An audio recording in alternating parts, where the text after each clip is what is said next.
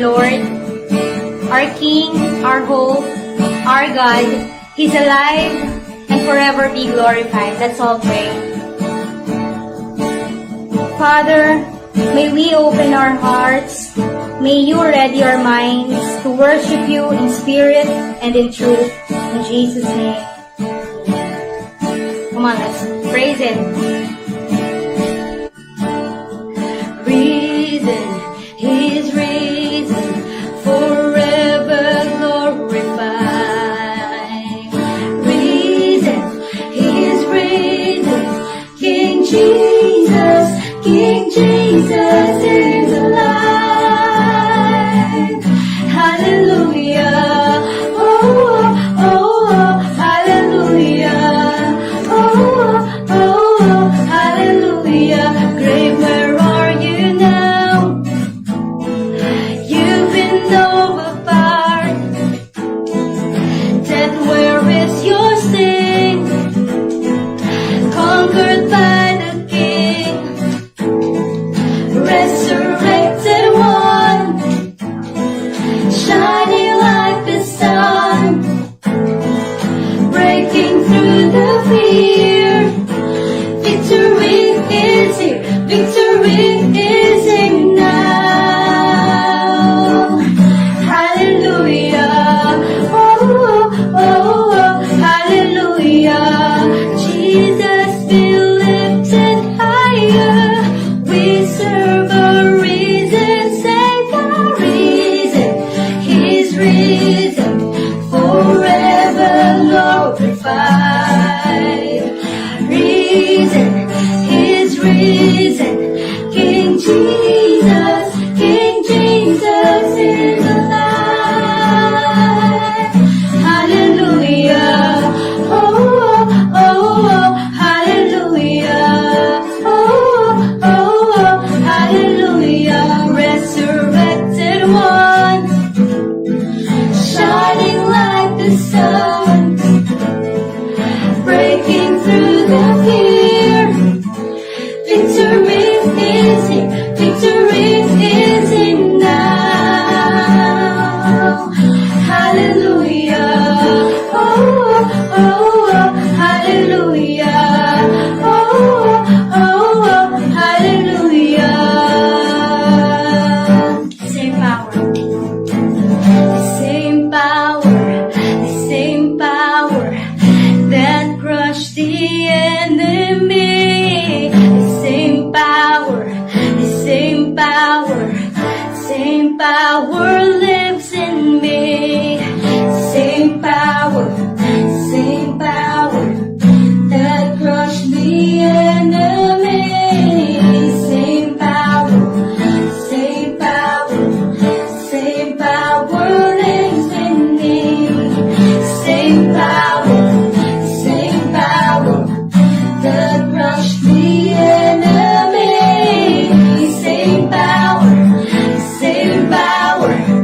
Same power lives in me.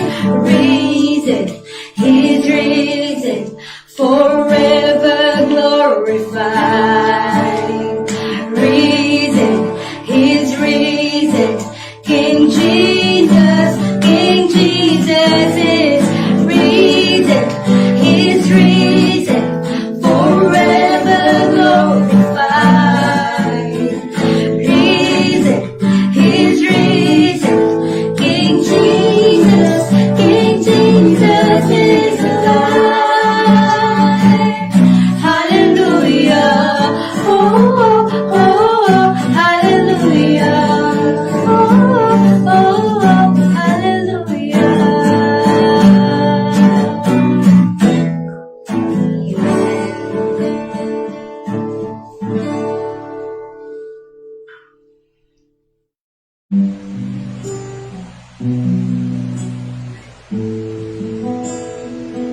Come on, can we just respond on what He has done and who He is? Come on, let's worship Him.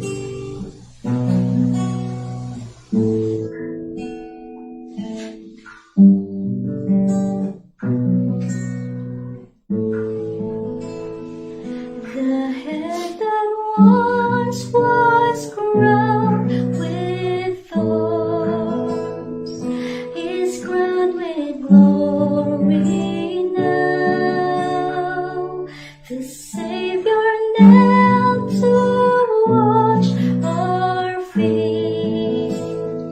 Now at His feet we bow.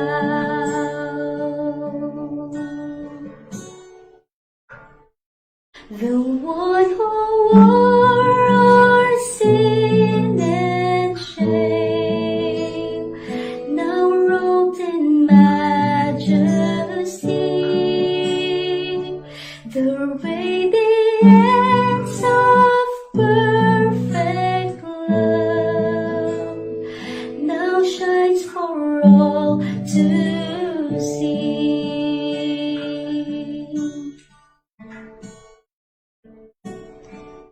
Your name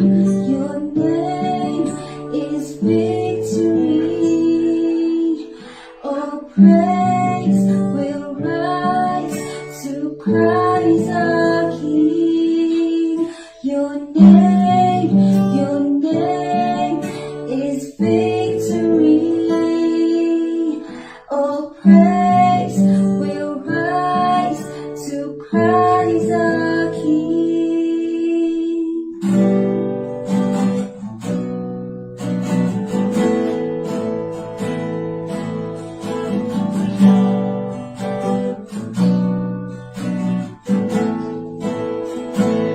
The fear that held us now gives way to Him who is our peace. His final breath upon the cross is now alive in me.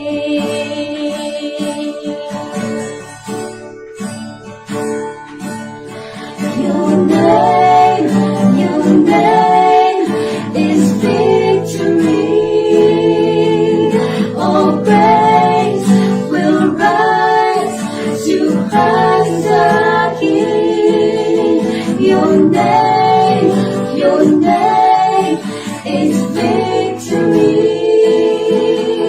All praise will rise to Christ our King. By your Spirit I will rise from the ashes of defeat. The resurrected King is resurrecting me. In your name I come alive to declare your victory. The resurrected King is resurrecting me.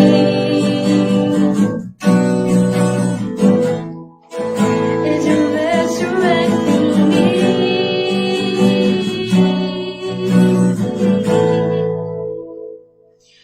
The tomb where soldiers watched in vain was borrowed in 3 days. His body there would not remain. Our God has robbed the grave. Our God has robbed the grave.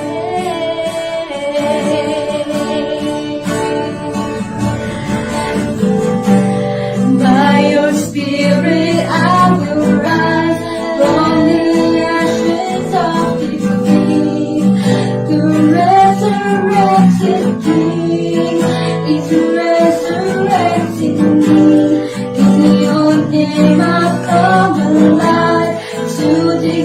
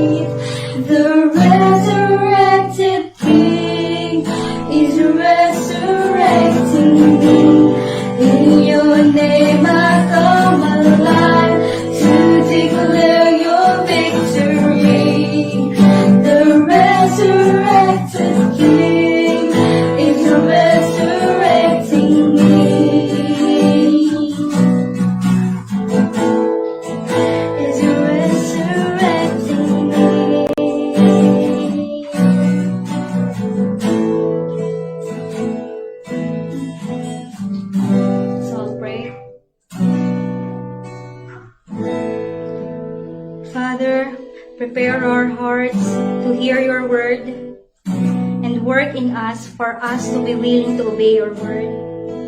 We also pray for our Pastor Levi. Use him mightily to declare your word. In Jesus' name, amen. Magandang umaga sa inyo lahat mga kapatid. Ako'y nagagalak sapagkat ito na naman ay araw ng linggo na naman at tayo ay kasalukuyang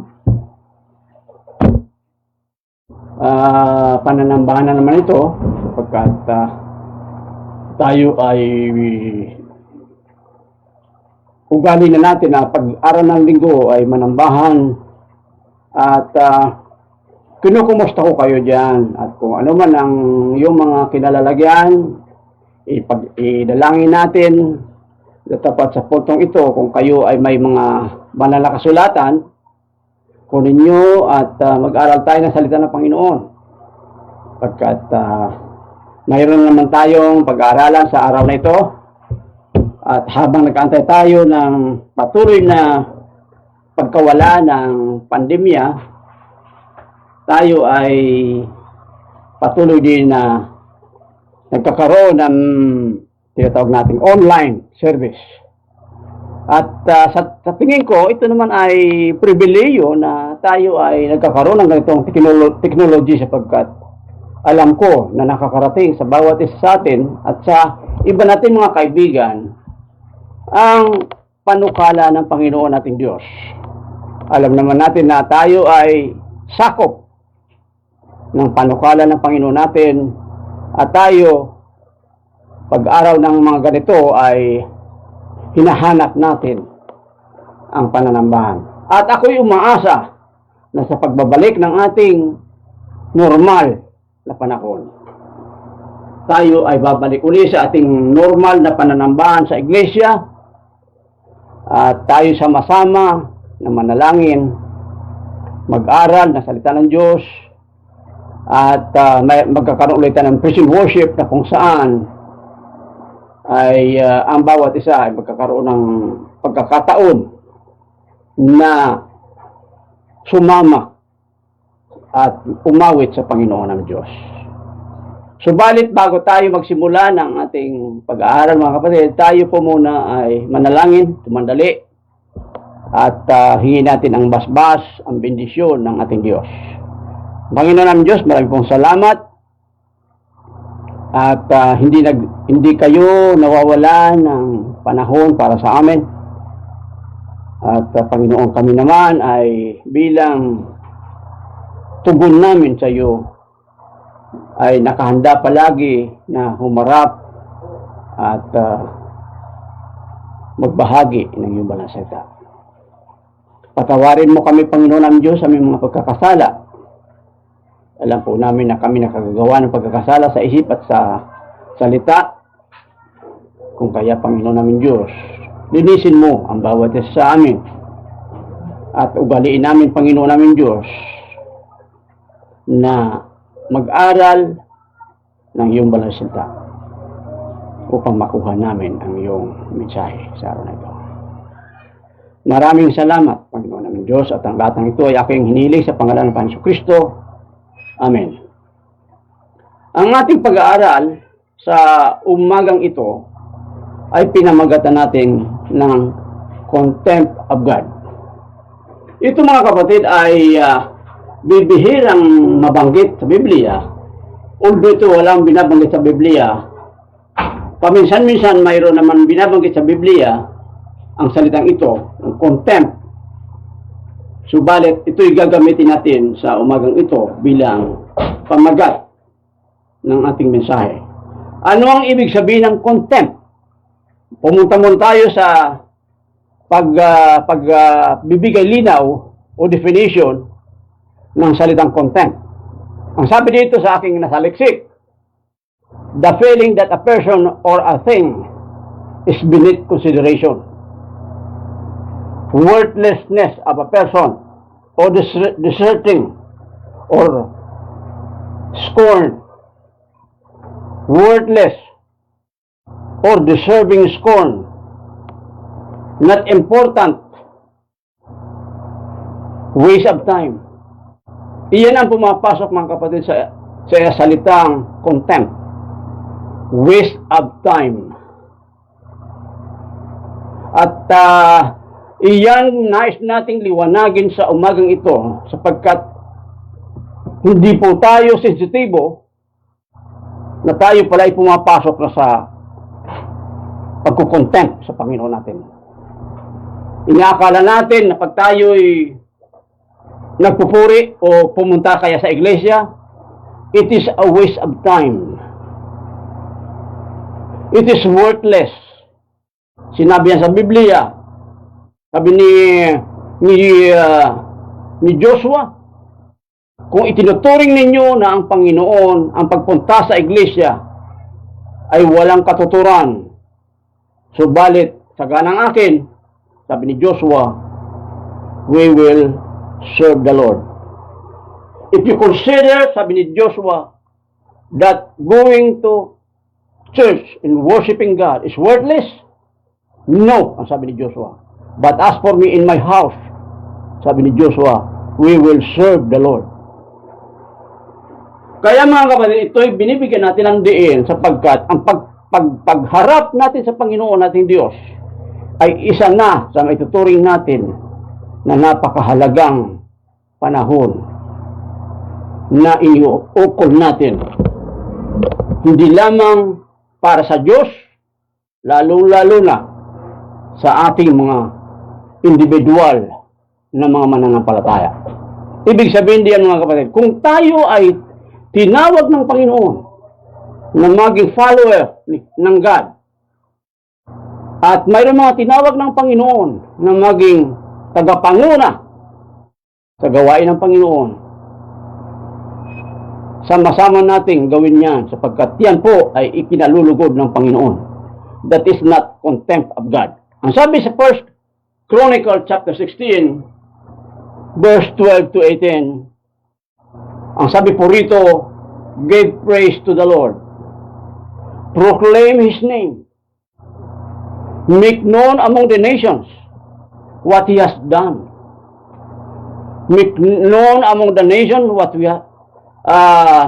He has done. Sing to Him, sabi dito. Sing praise to Him. Kaya po tayo mayroon praise and worship. Till of all this wonderful act, kinikilala natin ang pagkilos ng Panginoon. Glory in His holy name. Let the heart of those who seek the Lord rejoice. Look the Lord at His strength. Seek His face always. Remember the wonders He has done. His miracle in the judgment He pronounced. Alam niyo mga kapatid, kung titingnan natin ang talatang ito, verse 8 to 12, ay kumplito para sa ating buhay bilang isang Kristiyano. Tayo, kapag tayo nagkakatipon-tipon, tayo ay nagpo-proclaim ng kanyang kabutihan. Sabi dito, give praise to the Lord. Pinupuri natin ang Panginoon. Kapag tayo pumupunta sa iglesia, it is not for us. It is for God. Kaya mga kapatid, kapag tayo pupunta sa iglesia, we give our time, ourselves to God. We give our attention to God. Ang sabi dito, give praise to the Lord, proclaim His name, make known among the nation what He has done. Alam niyo mga kapatid, ang talatang ito na siyang pinakasusi ng ating buhay Kristiyano ay dapat nasa ating mga puso, laman ng ating puso. Na tayo ay sa araw-araw nating pamumuhay, tayo nabubuhay sa ilalim ng biyaya ng Diyos. Walang makakapagsabing Kristiyano na siya nabubuhay mag-isa. Tayo nabubuhay bilang isang Kristiyano na sa ilalim ng pangunguna, na sa ilalim ng rulership ng ating Diyos, na sa ilalim ng biyaya ng Diyos. bilang kanyang mga tinawag, mga kapatid. At iyan ay mahalaga na makita natin na sa ating buhay bilang mananampalataya, tayo ay nagpapatuloy. Hindi tayo nawawala ng dahilan upang tayo manambahan sa Panginoon. Sabi sa Colossians chapter 1 verse 12, isa pa uli itong binanggit ng Biblia, giving thanks unto the Father, which hath made us meet to be partaker of the inheritance of the saints in light. Alam niyo mga kapatid, tayo naging kabahagi ng mana ng sanlibutang ito. Hindi lamang ng sanlibutang ito, kundi yung mga pangako ng ating Diyos kay Kristo. Tayo'y kasama ni Kristo na mangunguna sa millennial kingdom, ang sabi ng Biblia. Tayo may kanya-kanyang pwesto sa millennial kingdom. Tayo ay mangunguna sa pangangasiwa sa pagpapatakbo ng millennial kingdom ni Kristo, ang sabi ng Biblia. Kaya kabahagi tayo ng inheritance ng Panginoon. Sabi dito, giving thanks unto the Father, which had made us partaker, meet to be partaker of the inheritance of the saints. Bilang kabahagi ng inheritance ng ating Panginoon, ng mga tinawag ng Panginoon, iyan ay dapat ikagalak natin, mga kapatid. Hindi nawa na masasabi natin, wag nawang sabihin natin na tayo naglilingkod, tayo naging Kristiyano, na para bagang walang pag-asa sa buhay. Tayo naging Kristiyano na mayroon mga pag-asa, ang sabi ng Biblia. Mayroon tayong inheritance. Naging kabahagi tayo ng mana ng mga mananampalataya. Kaya mga kapatid, iyan ay dapat mag-motivate sa atin upang hindi tayo malulunusan, hindi tayo nadi-discourage sa ating pananampalataya. Magpatuloy tayo.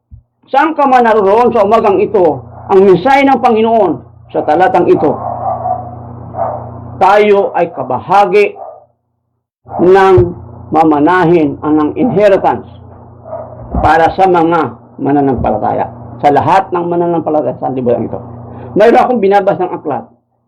Ang nagsulat ng aklat na yon ay isang Hindu, isang Indian, isang taga-India. Ang sabi nung babaeng author ng aklat, may mga nag-aakala daw ng mga tao sa mundong ito, na akala nila ang mundong ito na ang pinaka-permanenteng lugar nila. Pero mga kapatid, ang sabi niya, hindi ito ang permanenteng lugar.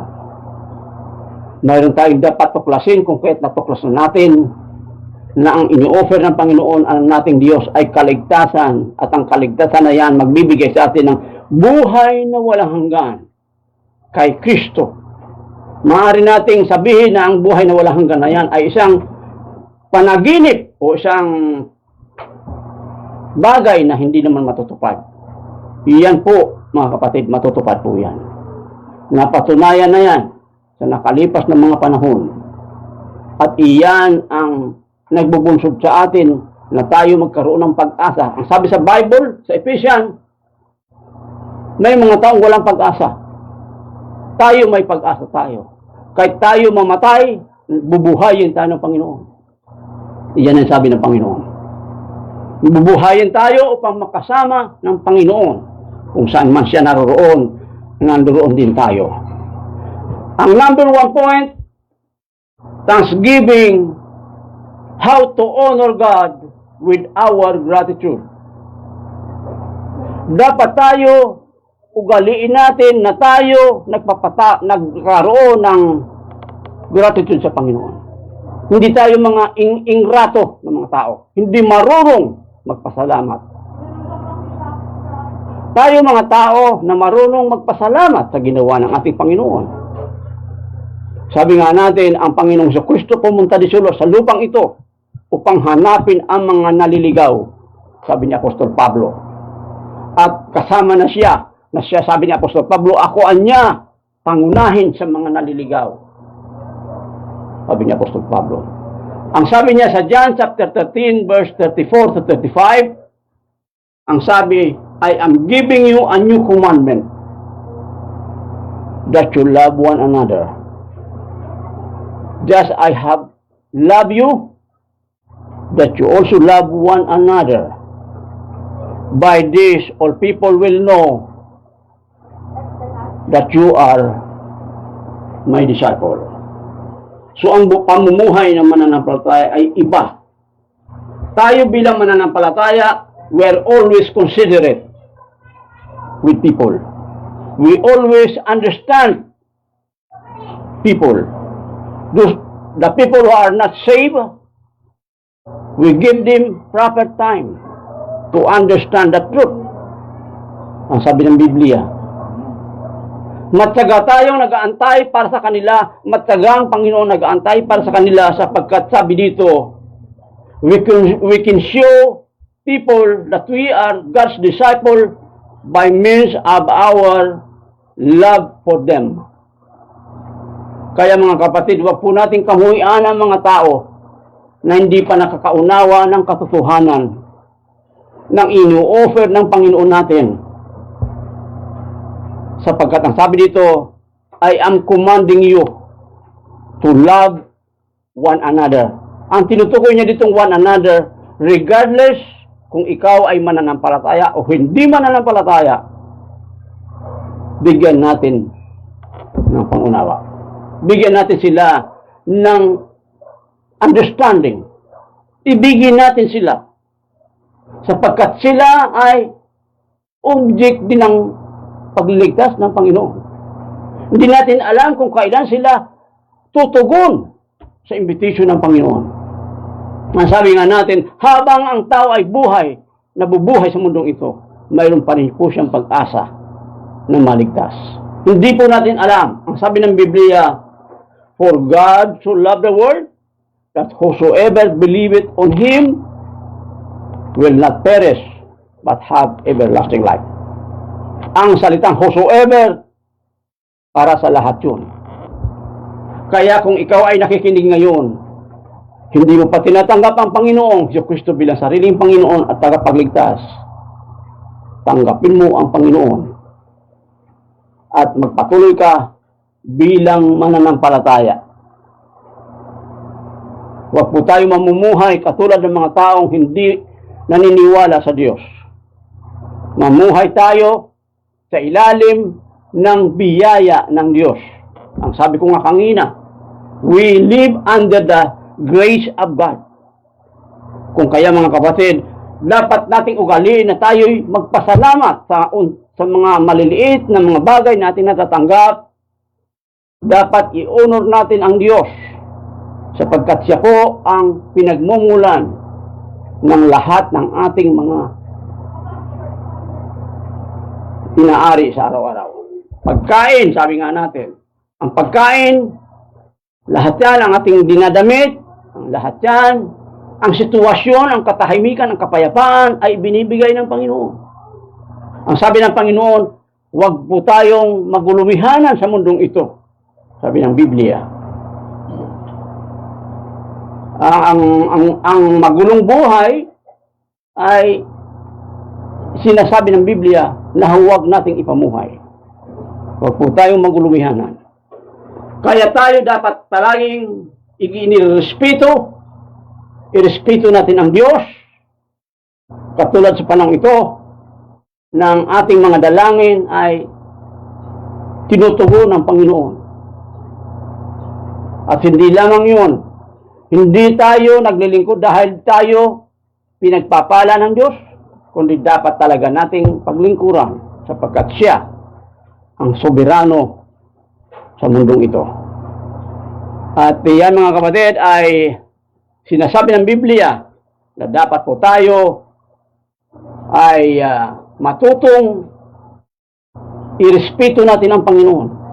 Fear the Lord always, sabi sa Biblia. Fear the Lord always. Ang pangalawang punto, what the Bible says about this respect of God, Kapag tayo ay walang respeto sa ating Panginoon, ang sabi sa Romans chapter 1, verse 24, therefore, God gave them over in the sinful desire in their heart to sexual immorality, for the degrading of their bodies with one another. They exchanged the truth of God, about God, for a lie, in worship, in serve created things rather than the Creator who is forever praised. Alam niyo mga kapatid, tayo kapag natin binabaliwala, kapag natin hindi ino-honor ang ating Panginoon, that is disrespect. Kapag ang buhay natin ay punong-puno ng disrespect sa Panginoon. Disrespect sa Panginoon. Sabi dito, ang Panginoon, ilalagay tayo sa paniniwala ng mali. Ang tawag namin dyan sa doktrina, sa theology, depravity of man.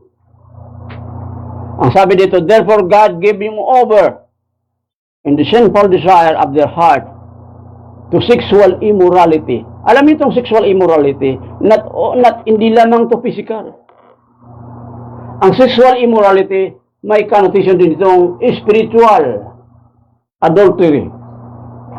Kapag po tayo ay hindi sumasamba sa Diyos natin na buhay, at sinasamba natin, ang sabi dito, sinasamba natin ang mga nilikha ng Panginoon, ang yaman sa mundong ito, ang mga ginto, ang pera, sinasamba na natin, binibigyan natin ng panahon na ang pera, kaysa sabihin natin ng panahon ng Diyos. That is spiritual adultery, sabi ng Biblia. Kaya sabi dito, God will give us up over in the sinful desire of our heart. Sinful desire yan ng ating mga puso. Once na tayo nababaling ang ating panahon sa labis-labis na paghangad ng kayamanan, na kung saan ang iba pang mga mananampalataya na indulge, nagugumon sa mga tinatawag nating mga scam dito sa mundong ito. Kaya ang mga mananampalataya nasusubo sa mga ganyang bagay. Sapagkat labis-labis na ang ating paghahangad. Paghahangad na yumaman bigla, pumapasok tayo sa mga bagay-bagay na kung saan maglulon, yung pala ay scam. Sabi dito, sinful desire to the degrading of their bodies with one another. They exchange the truth about God for a lie. Alam niyo ang katotohanan na yan, ang sabi nga ng Biblia, man shall not live by bread alone, but by every word that proceeded out from the mouth of God. Alam mo, ang Biblia nagbibigay sa atin ng magandang buhay. Ang isang taong naliligaw, bibigyan ng direksyon sa pamamagitan ng Biblia, sa pamamagitan ng Diyos. Ito ay naglalaman ng mga paalaala ng ating Panginoon. Ang sabi nga dito, kung kaya't mga kapatid, bigyan natin ng panahon ang ating Panginoon. Sabi natin, what the Bible says about disrespect of God. Tingnan natin dito, mayroon dito mga mangilan-ngilan at bibigyan natin ng emphasis. Number 1, if you disrespect God in your life, it will bring you to bondage. Maduroon ka sa pagkaalipin ng kasalanan. Number 1, na magagawa ng isang tao, i-degrade niya. Degrading oneself. Paano nangyayari ang degrading oneself? Kapag ka sinasalaula ang salita ng degrading, sa salita natin Tagalog, sinasalaula natin ang ating sarili. Hindi natin iginagalang ang ating sariling buhay. Ando doon ng drunkenness, ando doon ng moonlighting, kung ano-anong mga bagay na ginagawa natin sa sanlibutan ito. Paglalasing, ando doon lahat. Paninigarilyo, that is degrading your life. Degrading oneself. Sabi dito, dysfunction on spiritual worship. Yan ay magdudulot sa atin ng dysfunction spiritual status. Will give us dysfunction spiritual status. Ang ating buhay spiritual ay nagkakawindang-windang if you disrespect God. Sabi pa rin sa number 3, more focus on worldly things. Mas lalo nating binibigyan ng atensyon o focus ang mga bagay-bagay sa mundong ito. Ang sabi nga ng isang aklat, kung tayo daw ng mga tao, wala nang inisip kundi pera, sisirain ang buhay natin. Pero yung mga taong hindi nag-iisip ng pera, dumarating sa kanila ang pera. Sapagkat andoroon ang kanilang dependence sa ating Panginoon. At dumating sa punto ko na ako'y wala nang inisip kundi pera. Palaging miserable ang buhay. Palaging miserable ang buhay. Sapagkat lahat ng mga pagkakataon na kami kinakapos, pera na naman ang iniisip ko na naman yan. Nung dumating ang punto na ibinibigay ko sa Panginoon, lahat ng pangailangan namin, dumarating na lang ang mga bagay na yan. Hindi ko na hinahanap. Dumarating na yan. Yan ang ibig sabihin ng dysfunction spiritual worship. Pangatlo, more focus on worldly things. Sana po tayo mga mananampalataya, ilagay natin sa tamang perspektibo ang lahat ng bagay. We focus on our job, and then we focus on our spiritual responsibility. Ilagay po natin sa tama ang lahat ng iyan. At ang pangatlo, mayroon po tayong unhappiness. Kung tayo po ay hindi maayos ang buhay natin, o hindi maayos ang relasyon natin sa Diyos, mayroon unhappiness sa buhay natin. Palagi kang malungkot, palaging may hinahanap, palaging mayroon kang dissatisfaction. Kaya sabi dito, disregarding oneself means abusing your body by indulging to harmful pastime like drunkenness, smoking, eating too much, running away from God, and deception, pagkaligaw. Mga kapatid, tayo ay dapat ilagay natin ang buhay natin sa tamang perspektibo. Ang sabi nga ng Panginoon, tayo'y gumawa, actually binigyan tayo ng Panginoon ng 6 na araw para gumawa para sa ating sarili. At binigyan tayo ng 1 araw upang iukol naman natin para sa Kanya. Sana mga kapatid, tayo ay huwag mahulog sa patibong na ito, na sinasabi nga natin na ang mga bagay na ito ay mga para bagang bondage natin, sinful bondage.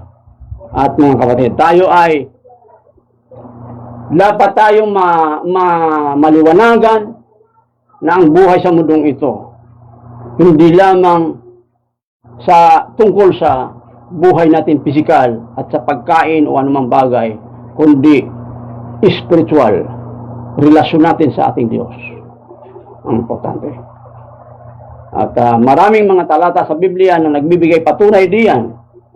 Psalms 23 nagbibigay patunay diyan. Colossians chapter 1. Kaya mga kapatid, sabi dito, mayroon akong mga katanungan sa inyo. Bali, 4 po itong aking itatanong sa inyo. Do you learn to thank God in every little things you receive? Marunong ba tayo magpasalamat kahit sa maliliit na bagay na ating natatanggap sa Kanya? Yan ang number 1 breakout question natin. Number 2, do you appreciate His grace for the air you breathe? Hindi lang po kapag tayo nagkakasakit, saka tayo nagkakaroon ng pagpapahalaga sa hangin na ating inihinga araw-araw. Sabi nga nung isang tao, umiiyak siya, paglabas niya sa ospital, umiiyak po siya mga kapatid. Sabi niya, napakamahal pala niya ng hangin. Ang tinutukoy niya yung respirator sa ospital. Na doon, pag hindi ka kinabitan ng oxygen sa ospital, mag-agaw-agaw ang iyong paghinga. Pero sa araw-araw nating pamumuhay sa mundong ito, libre lamang, walang bayad. Tayo ay humingi ng normal, bigay ng Panginoon. Dapat po, ang lahat ng iyan ay i-appreciate natin sapagkat po yan ay biyaya ng ating Diyos. Ang sabi ko dito, do you appreciate His grace for the air you breathe? Pangatlo, why we should be appreciative of the grace of salvation? Bakit natin dapat pasalamatan ang Panginoon sa ating kaligtasan? Alam niyo mga kapatid, ang kaligtasan ay isang malaking bagay. Hindi lamang iyan ay rason upang tayo makatakas sa impyerno na tinatawag, iyan ay magbibigay sa atin ng magandang buhay sa piling ng ating Diyos, ang kaligtasan. Kaya pasalamatan, dapat nating i-appreciate ang ginawa ng ating Panginoon at nagbigay siya ng kaligtasan sa mga tao na tutugon sa kanyang ginawa. Yung tinatawag nating sacrificial work ng Panginoon natin sa cross ng Kalbaryo. Kaya tinatawag natin ang Panginoon sacrificial lamb sapagkat po siya ang umako ng ating mga pagkakasala. Pang-4 na katanungan, how salvation gives freedom from wrath in the last day. Binibigyan tayo ng kaligtasan at ang kaligtasan na yan nangangahulugan na kalayaan yan na binibigay sa atin ng Panginoon. Kaya dapat i-treasure po natin yan. Ang kalayaan ay binigay sa atin ng Panginoon. Dapat po i-treasure natin, pasalamatan natin ang Diyos sapagkat po siyang nagbigay ng kaligtasan.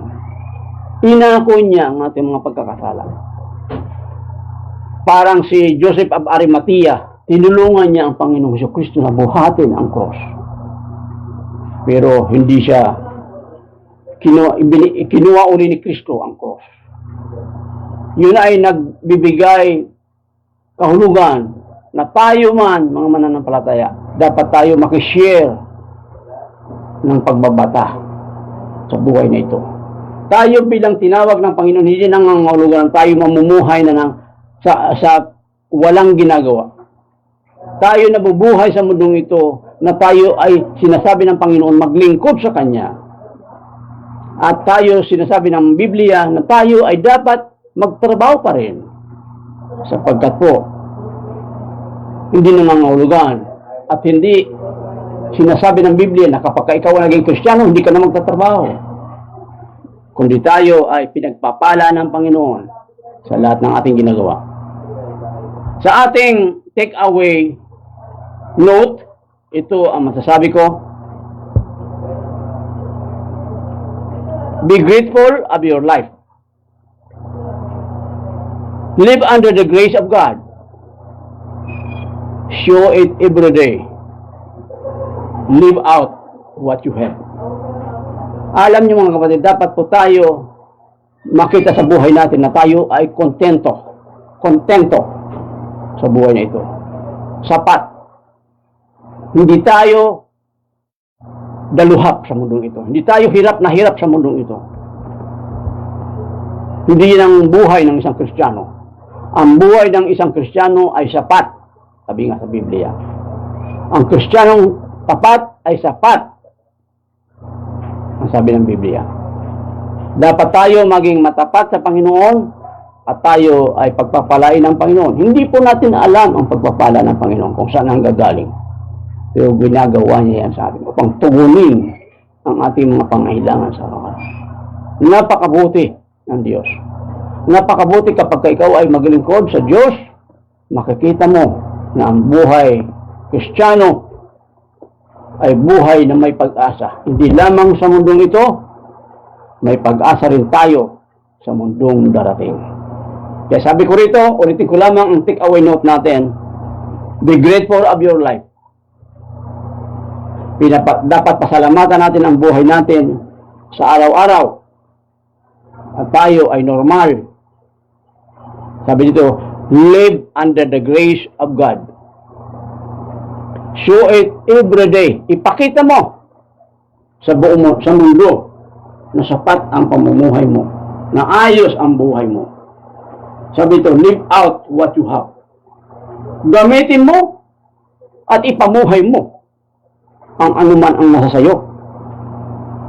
Ako'y pinagpapala sa mga nakapanood ko minsan sa social media na sa kanilang ginagawang kabutihan sa kanila ng ibang tao, ipinapasa nila sa ibang tao. At yung nagawa naman ng kabutihan sa isang tao, ipinapasa naman niya. Ang simpleng pagtulong sa nabibigat ang tao at tulungan mo siyang magdala ay isang napakagandang bagay. One time po kami noon, galing kami sa probinsya at mayroon po kaming dalang bigas, na isang kabang bigas. At ako'y hirap na hirap sa pagbubuhat ng bigas na yun. Mayroon isang mama na nag-offer sa akin. Tulungan na niya kita, sir. At siya ang nagbuhat ng bigas. Yung mga bagay na ganun ay dapat po natin ipagpasalamat. Hindi ko kilala yung taong yun. Pero siya po ang nag-offer ng kanyang sarili. Sabi niya sa akin, sir, ako niya magbubuhat niyan. Binuhat niya ang bigas at ikinarga niya sa sasakyan, sa jeep, sa Cubao. At pakarating kami ng Antipolo. Nang dahil sa tulong niya, iniisip ko na ganun pala ako ang nagagawa ng mga tulong ng tao. Na sa simpleng bagay, at yung mga kapatid, nagmamotivate sa akin hanggang ngayon na anuman ang magagawa ko sa kaunting bagay na may tutulong ko sa ibang tao bilang pagpapasalamat sa mga tao rin na tumutulong sa akin. At mga kapatid, iyan ang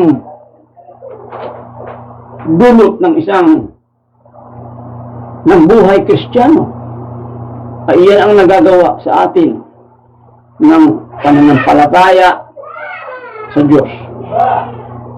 Ina-appreciate natin ang lahat ng bagay na mabuti, and then once na ikaw magkakaroon ng opportunity na gumawa ng mabuti sa iyong kapwa, gawin mo naman. Pasa-pasa po yan. Kaya po, ang buhay Kristiyano, ang mga Kristiyano tinuturuan ng Biblia na dapat po tayo palaging ipamuhay natin ang grateful heart.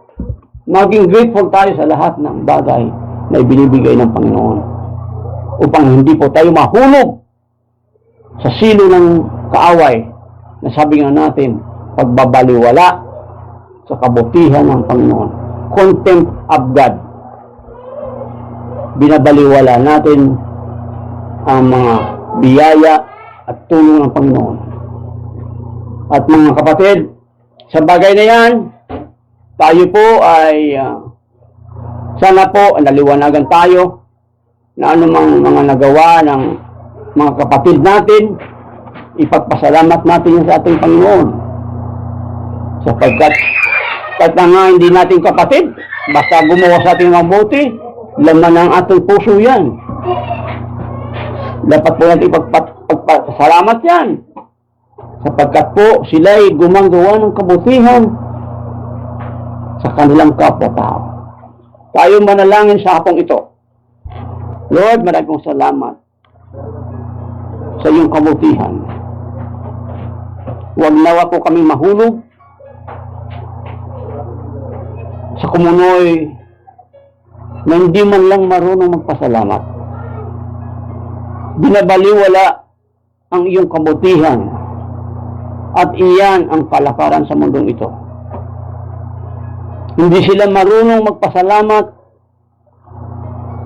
sa kanilang hinihinga sa araw-araw.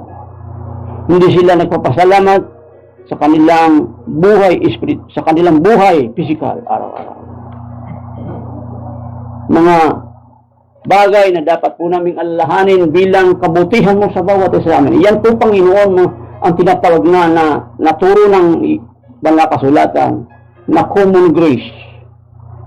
Para po sa lahat yan, kahit hindi mo nananampalataya. Kung kaya't ang lahat ay inaanyayahan mo na maniwala sa iyong kabutihan. Subalit mga Panginoon ng Diyos, iyan po ay malalaman nila na nagmumula sa iyo kung sila'y nagbibigay ng panahon sa pagbabasa ng Biblia at sa pakikinig ng iyong salita. Panginoon, marami pong salamat sa hapong ito. At yan po ang malaking aral na nakikita po namin sa iyong ginagawa sa aming mga buhay. Natututo kami magpasalamat sa iyong pagtugon sa aming mga dalangin, sa iyong pagbibigay sa amin ng kalakasan, pisikal. Sa panahon na kami po, Panginoon namin Diyos, ay iniingatan mo, yan po, Panginoon, ay pasalamatan namin, Panginoon. Marami pong salamat, Panginoon namin Diyos, sapagkat patuloy mong iniingatan ang mga kapatiran namin sa Journey Community Church, at gayon din, Panginoon, ang aking mga tunay na kapatid sa Kabikulan, sa Pasig, gayon din ang mga manggagawa sa iglesia, Panginoon, patuloy mo palakasin ang kanilang immune system laban sa pandemyang ito na may nararanasan. At kami, Panginoon, sama-sama na nagbibigay pugay sa pagpapasalamat sa iyo, sapagkat alam po namin na ang pandemyang ito ay wawakasan mo sa iyong pagkangkapanahonan. Maraming salamat, Lord, sa pamamagitan ng iyong mga medisina ng bakuna, Panginoon, na binibigay sa bawat isa, sa bawat Pilipino. Salamat sa malasakit, salamat sa resources na pera ng aming bayan, na kami po, Panginoon, ay nakabili ang gobyerno ng mga bakuna na kung saan para sa mga mamamayan ng Pilipino. At patuloy lang dinadalangin, Panginoon, na ayusin mo nawa, Panginoon namin Diyos, ang gusot sa West Philippine Sea. Kung kaya't ang lahat ng yan ay aming dinadalangin sa pangalan ng Panginoon Kristo. Amen.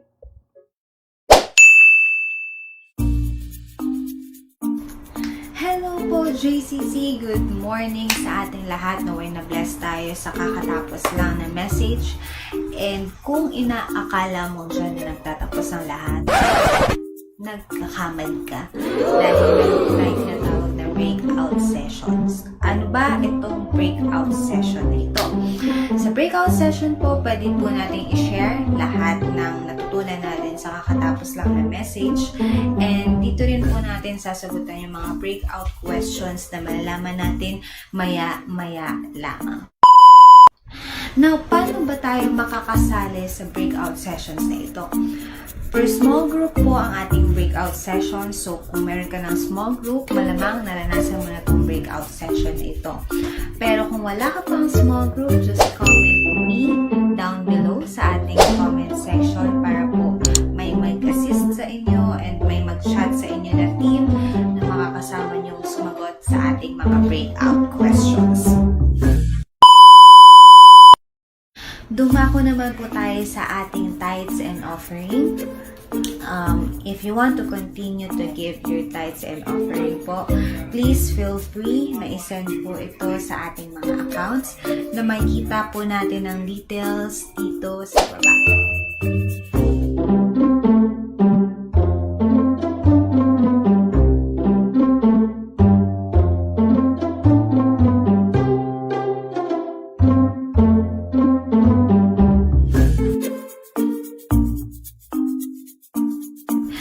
Please stay tuned po for further announcements and para malaman na din natin kung ano ang mga breakout questions natin for this week.